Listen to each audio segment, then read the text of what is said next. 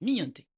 Nous sommes le lundi 20 octobre 2025. Après une semaine d'une pause stratégique, je vous reviens. Je vous l'ai promis, ce qui se passe ne se passera pas que derrière les rideaux. Autant que possible, surtout pour ceux qui sont avec moi depuis le départ, je vous dois la vérité. Ce que je peux dire, niinté, en public, je le dirai toujours. Il est essentiel de toujours vous rappeler que ma première plainte pénale dans cette affaire date de novembre 2017. Novembre 2017. Où je demandais aux autorités françaises, parce que mon père, Victor Feutsot, passait la plus grande partie de son temps pour des raisons de santé, pour des raisons médicales sur le territoire français, de prendre des mesures de protection en appliquant la jurisprudence Bettencourt. Je pensais alors miinter, sans doute naïvement, que Otso Victor pouvait être considéré comme Liliane Bettencourt. Oui, le colonial, la France-Afrique, allait rattraper tout cela. Alors, où sommes-nous dans cette histoire? Après plus de 5 ans, depuis le décès de Otso Victor le 19 mars 2020, le terrain de jeu a changé. Le moment du dos, et c'est le thème de cet épisode, est venu. Il y a miinté ici une volonté, pas toujours clairement assumée, mais que les faits crient, pour faire de l'africanité, des traditions africaines, quelque chose de bof. C'est pas important, c'est périphérique, c'est on n'aime pas, ou ça n'a absolument aucun sens. C'est quelle importance. Et ce que je m'évertue de dire depuis le départ, c'est que pour comprendre ce qui se passe, il faut comprendre d'où Otso Victor venait. Qu'est-ce qu'il a essayé de faire avec sa longue vie? Qu'est-ce qu'il a essayé de faire avec ses dernières volontés? Et pourquoi elles ne sont pas respectées? Les traditions africaines sont tellement méprisées que ceux qui viennent d'ailleurs pensent que c'est eux qui apprennent à l'Africain, à la personne africaine, comment être civilisée. Que la personne africaine n'a pas des valeurs, n'a pas un savoir qui n'est pas occidental, qu'il n'y a pas un autre ordre, une autre vision du monde dans les sociétés africaines, traditionnelles ou pas. Et ici, miinté, avec ce qui se passe maintenant, il est important de rattacher le présent, le passé et ce qui est en train de se passer. Parce qu'il y a des choses qui se passent, miinté. Vous savez, vous connaissez la phrase de Solar. C'est comme chez Cousteau. Tout se passe en profondeur. Et moi, miinté, j'ajoute parce que je suis fan de Jean Cocteau. C'est comme chez Cocteau. À la fin,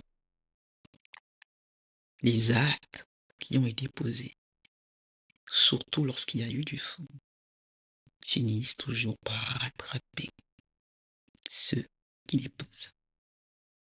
Alors, il y a 2 ans, miinté, lorsque Catherine Crochet essaye de m'effrayer.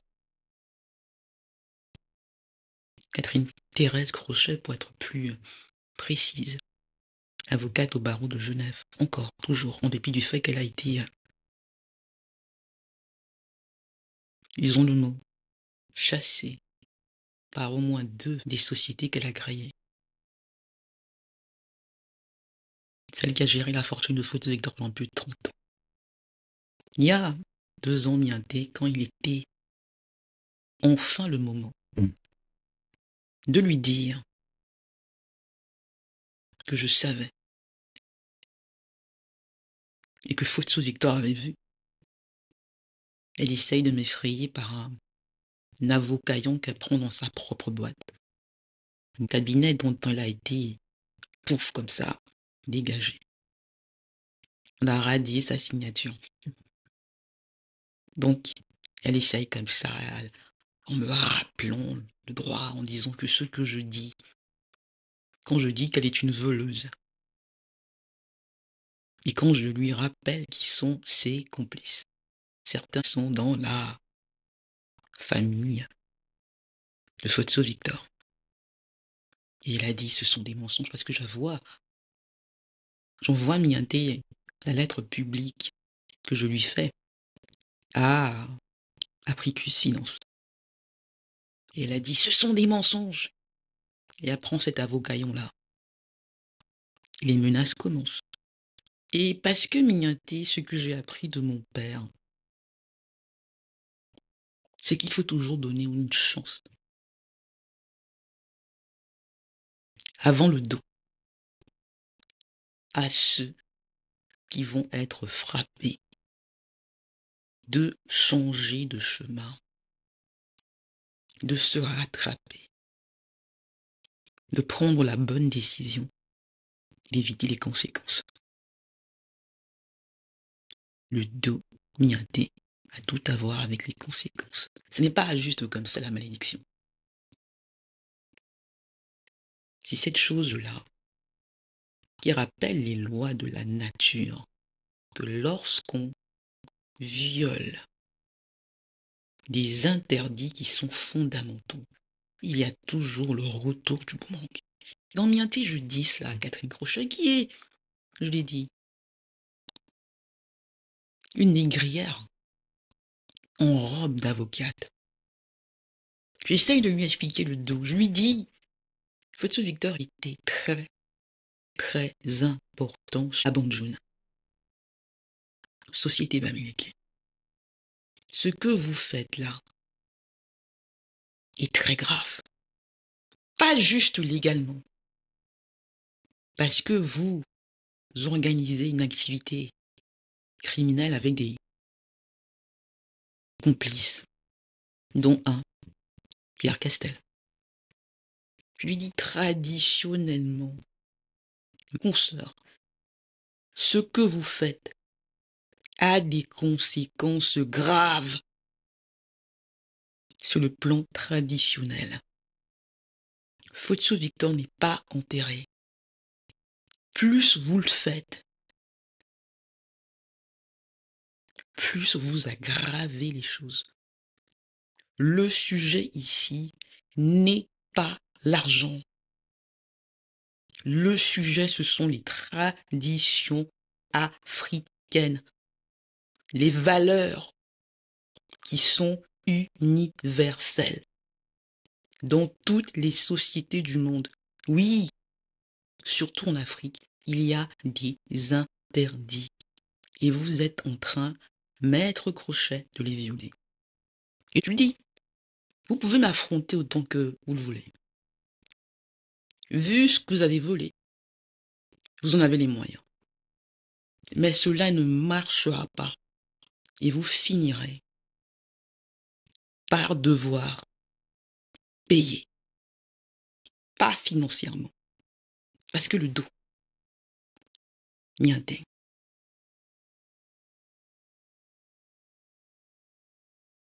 est toujours impitoyable. Comme eux, ils l'ont été avec Photo Victor et comme ils l'ont été avec ma pomme. encore une fois, instrumentalisant, militarisant le handicap. Catherine Crochet, maître Catherine Thérèse Crochet, elle a balayé cela d'un revers de main. Son avocaillon, petit avocat suisse, n'a pas compris, après tout, ces trucs africains-là, que beaucoup d'Africains négligent. Ça vaut quoi en Suisse? Ça vaut quoi dans le monde occidental? Ça vaut quoi dans le monde financier? Ça vaut quoi dans un monde hobbesien où la force fait la loi et où nègre c'est nègre, bamiliqué c'est bamilicon. Les Africains sont toujours des sauvages. Ils ont continué en pensant que, en leur disant quelles seraient les conséquences de leur action, en prenant ce temps-là, cela voulait dire que je ne pouvais pas miinter, être une lionne, frapper, utiliser leur propre système pour exposer ce qu'ils ont fait. Et durant toute la semaine dernière, j'ai pris cette pause miintée pour intégrer les informations, échanger avec ceux qui comprennent qu'ils ne peuvent plus continuer par un silence ou par une participation qui serait comme ça minimale à ce qui a été fait, qui n'est pas que un crime, mais qui est une abomination. Le dos, ce n'est pas la malédiction.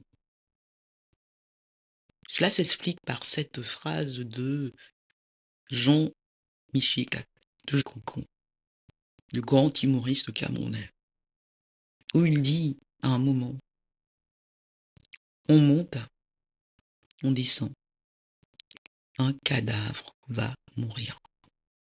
On monte, on descend, un cadavre va mourir. Et lorsqu'on ne comprend pas le contexte, on pense que il fait juste une faute de français. Alors que ce qu'il dit, Miindé, c'est que lorsqu'on commet des abominations, on est déjà mort. Parce qu'un cadavre est mort. Donc, ce qui arrive est inéluctable. Nous sommes à ce moment-ci de l'histoire où ceux qui ont fait, qui ont participé, Banjoun ou pas, Bamileke ou pas, Camerounais ou pas, Africains ou pas, ont payé le prix fort. Ils n'ont pas été miintés cupides. Ils ont été cruels, monstrueux. Et ils ont marché sur une légende africaine. Simplement pour montrer aux Africains que l'Afrique reste notre propriété et le colonial ne va jamais mourir. Le moment avec le dos est très important. C'est comme dit ce grand philosophe Banjoun, André-Marie Dalla. On danse doucement.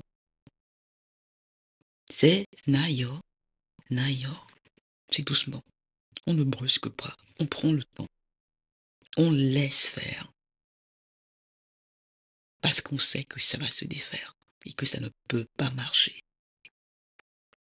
Je l'ai dit miinté quand je vous ai annoncé que les choses allaient changer. On devait toujours se retrouver ici. Il ne pouvait pas écraser ma tuée, ma pomme. Il ne pouvait pas humilier Futsu et continuer de danser. Ce n'était pas possible. Donc c'est cela, miinté, le dos. On monte, on descend, le cadavre va mourir. Et heureusement, il y a des gens qui s'en rendent compte et qui essayent, avant qu'il ne soit trop tard, de corriger, terminer cet épisode de cette semaine qui sera lourde. Je le redis, les choses ne se feront pas dans le noir. Je vous raconterai ce qui s'est passé, ce qui est en train de se passer, et ce qui va se passer. Et surtout, miinté, je ne négocierai pas. Je ne négocierai pas. Lorsque les gens violent les interdits les plus absolus, oui, il y a le tout. Et surtout, oui, miinté, on ne leur serre pas la main en disant on va vous parler camerounais, vivre et manger ensemble. Je ne crois pas, miinté, au manger ensemble. Il y a des gens avec qui on ne mange pas lorsqu'on sait qui on est. Le dos est là. Miinté, on continue. Lisez l'article qui est sur Substack. Substack, c'est désormais l'endroit où vous trouvez tout. Fotso.substack.com. Mais vous pouvez continuer à lire mon blog sur Mediapart. Medium, évidemment, je continue de vous abonner à ce podcast, de partager et de faire autant de bruit que vous pouvez pour, oui, pousser. Mais ça va se faire. On peut être patient. Et, comme le dit Tala, Nayo, vous connaissez la suite. Chambre numéro. On est déjà à cette chambre. Il y en aura d'autres. À vendredi, miinté. Mercredi pour le podcast in English. On reste ensemble.